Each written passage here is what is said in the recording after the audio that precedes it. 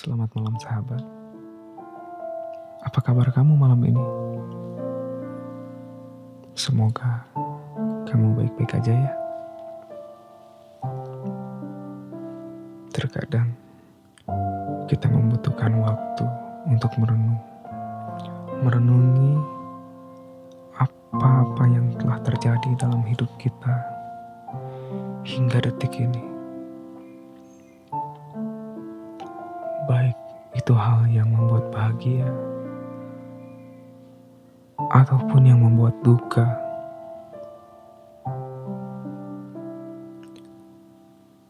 Ada satu tulisan dari sahabat kita yang entah siapa namanya.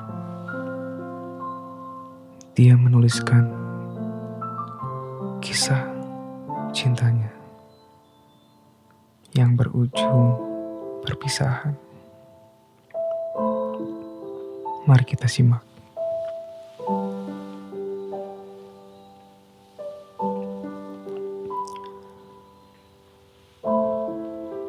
Semua yang telah aku nantikan itu berakhir tragis, menyisihkan luka yang teramat dalam sekali, sehingga aku pun tak tahu apakah bisa sembuh ataupun selamanya akan menjadi seperti ini.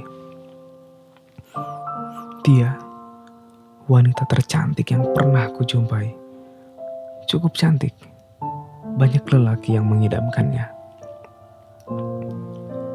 Paras putih, bersih, dengan wajah kekuningan, walau tanpa makeup. Mata yang teduh, bibir merah semerah jambu biji. Semua yang dia punya adalah pemberian yang maha kuasa. Alami sekali. Sifatnya yang baik, pakaiannya juga yang selalu memakai jilbab besar, kerudung dengan ukuran panjang sampai punggung. Laki-laki mana yang tidak akan menyukainya? Dia adalah wanitaku. Namun itu dulu. Kami menjalani hubungan yang semestinya tidak saling kita lakukan. Terutama untuk diriku sendiri. Aku adalah guru agama di salah satu SMP Islam yang berada di desa. Kami berpacaran sudah 1 tahun yang lalu. Menurutku, pacaran itu tidak boleh, apapun alasannya. Pacaran tetap saja suatu hal yang tidak dibenarkan. Walau aku tetap menjaga kehormatannya, begitu pula kehormatanku. Kami hanya berhubungan lewat SMS. Aku sayang sekali padanya. Begitu pula dia kepadaku. Kecuali dia sedang berbohong. Entahlah. Tapi bukti dari hubungan kita adalah kita tidak pernah punya masalah sedikit pun. Di setiap malam, kita saling berkirim SMS yang biasa dilakukan anak yang saling menyukai. Dia nyaman-nyaman saja denganku, begitupun sebaliknya. Sebenarnya aku tahu bahwa ini salah. Maka dari itu, aku ingin sekali melamarnya secepatnya. Bukannya aku tidak berani, tapi ada sedikit masalah yang dia masih belum siap. Salah satunya adalah dia baru saja lulus SMA tahun lalu. Tapi dia juga punya alasan lain.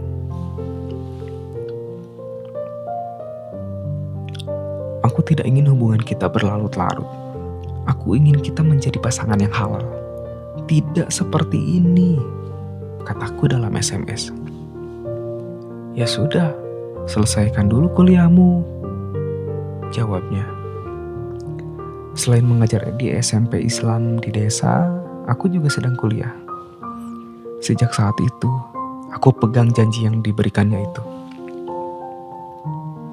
Kehidupan sehari-hari kami jalani seperti biasa. Dia bekerja di toko sepatu sebagai kasir. Aku mengajar dan siangnya kuliah. Kita hanya bertemu lewat SMS pada malam hari. Terkadang juga melalui telepon. Semuanya baik-baik saja. Tidak ada sedikit pun dari hubungan kita dikatakan retak atau datang masalah. Semuanya baik-baik saja. Suatu hari, dia pernah mengeluh saat aku antar pulang dari tempat kerjanya. Karena kakaknya tidak bisa menjemputnya. Bahwa dia merasa lelah bekerja di tempat tersebut. Dan dia tidak merasa nyaman karena terlalu berat baginya. Aku pun berusaha mencarikan kerjaan yang lebih ringan dan bisa dia masuki. Lalu singkat cerita, aku datang kepada kepala sekolah dan memohon kepadanya agar menjadikan dia sebagai tenaga tata usaha di sekolah tersebut. Di sekolah yang aku mengajar di dalamnya. Akhirnya diizinkanlah. Dalam benakku, aku membayangkan jika setiap hari aku bertemu dengan wanita yang kusayang di tempat kerja yang sama, di mana aku mengajar, rasanya setiap hari aku akan merasa bahagia. Itu harapanku. Tapi sampai waktunya tiba, aku sudah wisuda. Bagaimana dengan janji 2 tahun yang lalu? Aku ingin hubungan kita jelas, tidak seperti ini. Berada di dalam keharaman yang berkelanjutan. Aku ingin datang ke rumahmu untuk melamarmu. Tentunya aku bilang itu melalui SMS. Sekali lagi, bukannya aku tidak berani. Dalam adab, aku hanya meminta izin untuk datang ke rumahnya. Maaf mas, aku belum siap, jawabnya dengan singkat. Begitu singkat dan mudahnya dia bilang seperti itu. Aku tidak ingin hubungan yang terlarang ini berlanjut. Aku pun memutuskan untuk pisah darinya. Untuk sementara waktu. Hanya sementara yang aku harapkan, bukan untuk selamanya. Oh, ya sudah. Kita tidak bisa melanjutkan hubungan ini lagi. Setidaknya, jika kau sudah siap, tolong kabari aku. Aku akan langsung datang ke rumahmu. Tapi jika karena kau sudah tidak lagi suka denganku, maka kalau kau menemukan pendampingmu yang baru, aku harap beritahu aku. Iya, insya Allah. Sekali lagi, maaf. Hanya itu yang dia katakan. 3 bulan berlalu, terdengar kabar bahwa dia sudah mempunyai pacar baru. Hampir semua guru perempuan tahu bahwa dia adalah pacarku dahulu. Tapi saat ini pula, semua guru tahu bahwa dia sudah memiliki pacar yang baru. Kecuali aku. Aku pun berusaha tanya kepada salah satu guru temannya. Yang juga temanku sebetulnya. Siapa pacar barunya? Wah, aku gak bisa kasih tahu pak. Tanya sendiri aja ke dia, jawab temanku. Salah satu temanku yang laki-laki, ia pun sudah tahu bahwa ada berita bahwa aku sudah tidak bersamanya. Dan dia juga tahu sekarang dia sama siapa. Aku pun bertanya dengan sedikit memaksa, tapi entah kenapa semua orang merahasiakannya dariku. Waduh, gak tega aku pak, tanya dia langsung aja, jawab temanku. Kenapa dengan semua orang? Apa salahnya kalau aku tahu? Akhirnya karena terpaksa, aku kirim dia SMS. Aneh rasanya setelah lama tidak mengirim SMS kepada nomor yang paling sering muncul di inbox. Dengar kabar, kamu sudah punya pacar baru, benarkah? Tanyaku dengan nada yang polos. Iya, Balasnya singkat. Katanya mau kasih tahu bila sudah menemukan yang baru. Tapi kenapa nggak mau ngomong? Aku bertanya. Aku akan kabari, tapi bukan sekarang. Aku butuh waktu. Kenapa sih? Berat ya ngasih tahu gitu doang. Dia hanya menjawab, pasti aku kabari. Pembicaraan itu pun berakhir. Aku tidak tahu. Aku sendiri yang mengakhiri hubungan tersebut. Tapi sekarang ada rasa cemburu saat dia sudah memiliki seseorang yang baru. Rasa khawatir juga menghantuiku. Entah resah dan ketidaktenangan hati ini melanda begitu saja. Seminggu berlalu, datang SMS dari dia lagi. Dia berkata, aku sekarang sama dia dan kami sudah mau nikah. Dik. Hatiku berasa remuk. Sesaat setelah aku membacanya. Benarkah dia mengatakan itu? Lalu, apa maksud dari semua yang telah kita berdua lalui? Bahkan aku tak pernah membuat masalah dengannya. Kenapa dia begitu teganya seperti ini? Apakah aku hanya mainan untuknya? Aku bahkan sudah memiliki niat yang baik. Kenapa niat baikku ini salah menurutnya? Aku menjaga kehormatannya dengan cara segera ingin melamarnya. Tapi apa yang telah dia perbuat sekarang? Sungguh, hatiku hancur sehancur-hancurnya. Kalau dia tak suka, kenapa tidak bilang dari dulu aja? Kenapa harus sampai begini jadinya? Padahal aku sangat menyayanginya. Ketika itu, dia mengirim SMS kepada ibuku. Ibu, apa kabar? Ibuku sudah kenal baik dengan dia. Bahkan dia sudah menyiapkan suatu tempat, lemari, jika kelak ia menjadi istriku. Ibuku ingin sekali aku bersama dengannya. Karena dilihat cocok dengan kriteria yang ibu idamkan. Saking sukanya, ibuku dan pacarku itu sering menanyakan kapan ingin melamarnya. Entah, ibu memiliki harapan besar aku jadi denganmu, membalasku. Aku gak bisa, aku sudah lamaran sama orang.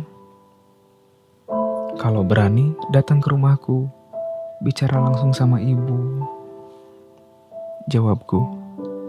Dia hanya menjawab, ya, aku usahakan. Pembicaraan itu pun berakhir. Ibuku juga belum tahu bahwa aku sudah tidak dengannya. Aku biasanya selalu cerita apa saja tentang aku dan pacarku. Tapi kini sudah tidak lagi. Malam hari dia langsung datang ke rumahku. Aku pun mempersilahkannya dengan berlagak sebisa mungkin. Dia datang dengan salah satu temannya. Aku menghampiri ibuku dan berkata, Bu, ada Naya datang, mau bicara sama ibu. Ibuku senang sekali dengan kedatangan dia. Sudah lama dia tidak mampir untuk berkunjung ke rumah. Setelah itu, aku pun meninggalkannya ke dalam rumah. Aku tidak ingin mengganggu perbincangannya. Aku hanya mendengarkannya dari dalam ruangan keluarga. Setelah berbasa-basi, dia bilang, Bu, maaf. Kenapa nak? Kata ibuku. Aku gak bisa sama Pak Kim. Naya belum siap. Ibuku hanya bisa mendengarkan dan tertegun. Sedih rasanya. Tapi apa boleh buat? Ibuku hanya berharap dia jadi menantunya. Lalu dia pergi dengan sopan, pamit kepada ibuku. Setelah aku berbincang dengan ibuku di tempat yang sama, aku mengatakan pada ibuku sesuatu kebenaran yang ditutupi oleh Naya. Ibu dibohongi, kataku. Dibohongi bagaimana, nak? Jawab ibuku dengan kaget. Sebetulnya dia bukan tidak siap, tapi karena dia sudah memiliki orang lain dan dia sudah ingin menikah. Seketika itu ibu menangis dengan sangat derasnya. Harapannya yang besar hancur seketika, meledak dengan tangis yang meneru. Semua hal yang dia siapkan itu sekarang sia-sia. Aku juga tidak kuat menahan tangis. Aku mencoba untuk menahan sekuat tenaga agar air mata ini tidak menetes. Tapi melihat ibuku terus saja menangis dalam waktu yang cukup lama, membuatku tak kuat untuk menahannya. Semalaman ibuku menangis tak henti-hentinya. Hari pernikahan itu pun datang. Aku dapat undangan darinya, namun aku tak bisa datang. Aku tidak punya alasan sebenarnya. Aku hanya tidak kuat melihatnya. Hati ini terlalu terluka dibuatnya. Ditambah lagi karena ibuku yang begitu sedih atas peninggalannya. Entah apa aku bisa memaafkannya atau tidak. Hari terus berlalu. Setiap hari aku berangkat mengajar. Setiap hari pula aku bertemu dengannya. Dulu yang indah berada di sekolah, kini hatiku selalu sakit setiap melihatnya. Aku tidak kuat, sungguh tidak kuat. Akhirnya aku putuskan untuk berhenti mengajar di sekolah itu. Walaupun harapan kepala sekolah adalah aku sebagai penggantinya tahun depan. Cuma aku satu-satunya calon resmi menjadi kepala sekolah. Tapi aku tidak kuat menahan luka ini. Seandainya aku meminta kepala sekolah untuk dia dikeluarkan, pastilah kepala sekolah langsung mengabulkannya. Tapi aku tidak begitu. Biarlah aku saja yang keluar. Semua guru tahu bagaimana sakitnya perasaanku. Bahkan kepala sekolah pun sudah tahu. Kepala sekolah sampai tidak tega melihatku sampai seperti ini. Harapannya agar aku hanya cuti lalu kembali dan bisa mengajar lagi. Dan jangan keluar. Namun aku yang memaksa untuk keluar. Mungkin dengan tidak bertemu akan lebih baik. Mungkin luka ini juga bisa sembuh. Aku berharap waktu bisa mengobatinya. Rasa sayang ini terlalu dalam. Cinta ini terlalu tinggi untuk jatuh.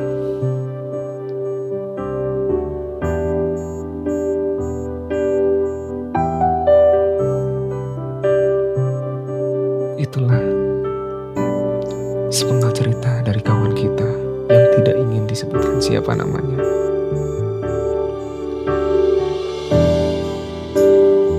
Kita doakan semoga ia tetap tabah